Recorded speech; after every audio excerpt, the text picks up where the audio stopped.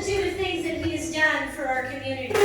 Pat has served as president of the Nevada City Chamber of Commerce more than once, Nevada City Council for 8 years, mayor and vice mayor twice. In his younger years, he was president of the Model A Ford Club at Cal Poly and president of the Nevada Union FFA. So clearly serving was in his nature.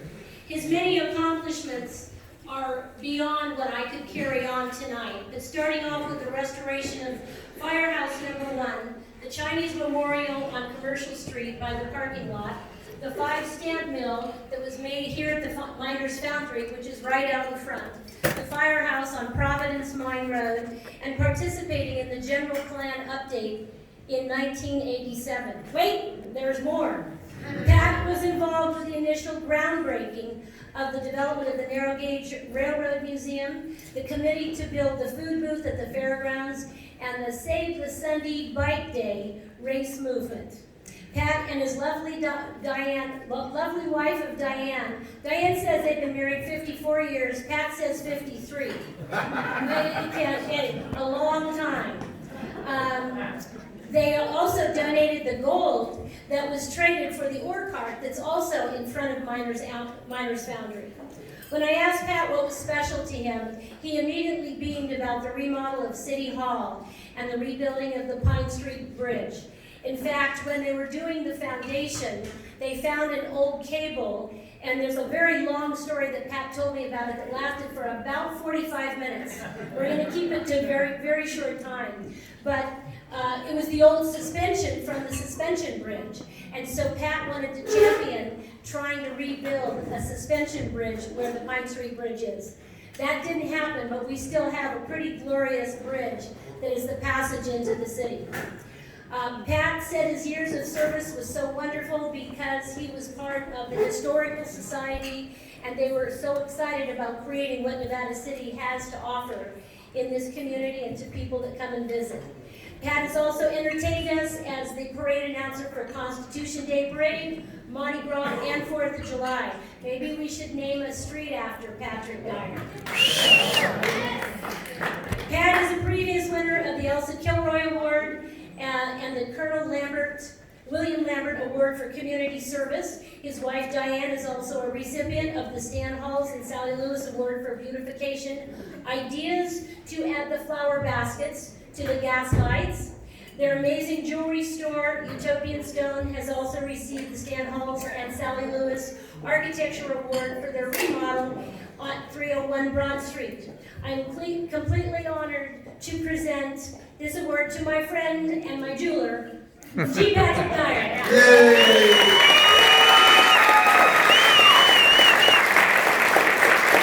Raise your hand if you have a ring or jewelry made from them. There we are, right here, look at that. Wow. So There's a microphone. Mimi made me promise to keep this to like 30, 35 minutes. But after I saw Dave Parker, you guys better enjoy your dessert because we're going to be here a while. A lot of the folks here ad-libbed about what they had done for the city and what the city meant to them and how magical this place is. We all know that. I was completely shocked a couple of months ago when Kathy Whittlesey came to me and said that I was to receive this brand new award that had been given in Dave Iron's memorial, and secondly given to Tom Coleman from the National Hotel. And she made me promise to not die before tonight. I said, Kathy, I'm going to do the best I can. So here I am. But what I want to tell you is about my last paycheck. Diane and I were married in 1965, right out of high school. I was attending college at Cal Poly, studying agricultural business management, a definite prerequisite to being a jeweler. Mark, our oldest son, came along soon, but after 3.5 years of college, I knew it wasn't for me. Back in Nevada City in 1968, I met Evan Haskell, a jewelry designer, furniture maker, and son of a jewelry professor at Sac State. Evan asked me to help him teach jewelry basics to bored housewives at a night school in Carmichael. I said, I'm not busy. I would read his father's class notes on the way down the hill in Evan's VW bus. So I would be about 1 hour ahead of the ladies in our class that I was instructing. The first night there, we walked in past a beautiful naked lady on a pedestal posing for the life drawing class. I think I'm going to like it here, Evan. The job was short and the pay was nothing. My next job was at Grass Valley Group in Bidney Springs, working in a machine shop. Diane worked in assembly, and we shared lunch on the outdoor picnic tables. Some of the transistors used in the products did not test out and had to be discarded. I repurposed them into earrings. I sold them to the assembly girls at the next day's lunch for $3 a pair, $5 for 2 pair. My jewelry career was launched.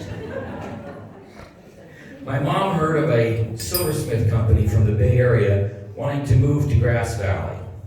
I wrote to Bill Majors, the owner of Diablo Manufacturing and Visalia Saddle Works, and snowed him with my vast knowledge of machine shop workings and my artistic jewelry making skills.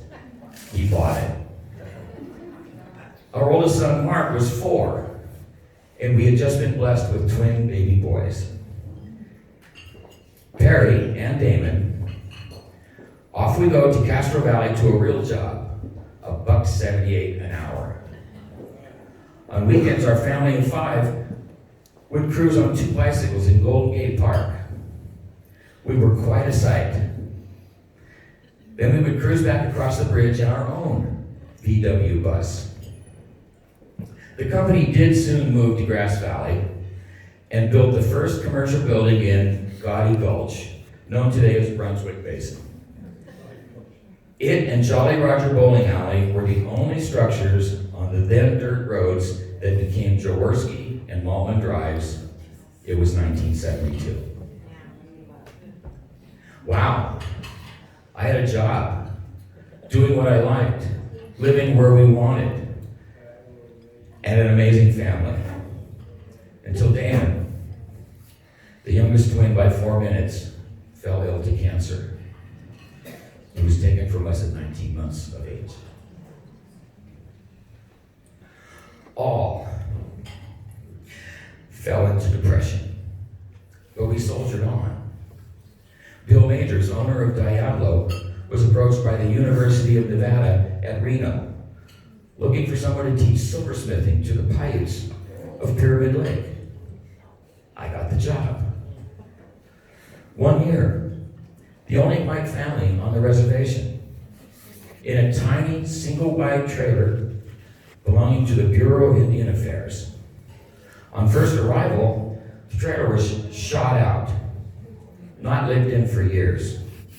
Windows broken, pipes frozen, toilet frozen in half, and wall-to-wall carpet of sand 4 inches deep. My first call to Orr Holderman, the administrator of the program at the university 60 miles away, was to tell him our new home needs some work. We fixed the place up over a few weeks' time with the help of a young Indian boy who would show up late for work and leave as soon as I would leave to go to Sparks to pick up supplies, and then not show up for several days. They called it Indian time. We had a lot to learn. The school building was in only slightly better shape. It was bare. No benches, we built them. No tools, I ordered them. No silver or turquoise, I sourced them. I did, however, have 15 eager students ages 16 to 60, ready to learn from my vast experience. The classes ran 40 hours a week. I was liked by the people. At one point, I started to lose a few students. They just didn't show up. and never came back. Concerned, I placed my second call to my superior at the university, Mr. Holderman. His answer was not pretty. Pat, he said, if you can get 6 students through the program, I can get my next grant out of the feds. Or if I said, if you think I'm going to spend a year and only graduate 6 people so you can keep your job, you have another thing coming. I will not be your boy. We graduated 14 people. Some got jobs in Reno silver shops. Others started their own business on the reservation, but had to close a few years later when other Indians stole all their silver and sold it for booze. I was learning a lot. At the end of that year, I had made some wonderful new friends. And we were rich. I had been paid $10,000 for my efforts with no place to spend it, except an occasional amazing cheeseburger and shake at Abe and Sue's grocery and lunch counter just near our humble trailer. Abe was a stately, handsome, full-blooded Paiute with piercing blue eyes, long flowing white hair, and a smile and way of speech that made us feel welcome. The only whites on the reservation. I was learning a lot. I was 27 years old. And oh yeah, that was my last paycheck. We used the money to open Utopian Stone in 1974. We have had many employees at Utopian Stone, but the most important to me is our son Mark, who has been a mainstay with us for 25 or more years of our 47 years in business. Mark is here tonight with his family, as is our other son Perry, from the Dallas region of Texas, where he is a 767 pilot for American Airlines. I couldn't be more proud of my family. Also tonight, I am pleased to have Sheila LaRue, our graduate gemologist and certified appraiser, Mr. Rick Ewald, my sailing buddy and candidate for city council. I told him he really should have thought more about this. And Cody Reeves, my co-announcer at the Mardi Gras Parade, which is coming up very, very soon. So, thank you so much, and as you may have heard me say on KNCO, at Utopian Stone, we design what we make, and we make what we sell. And thank you. I love Nevada City.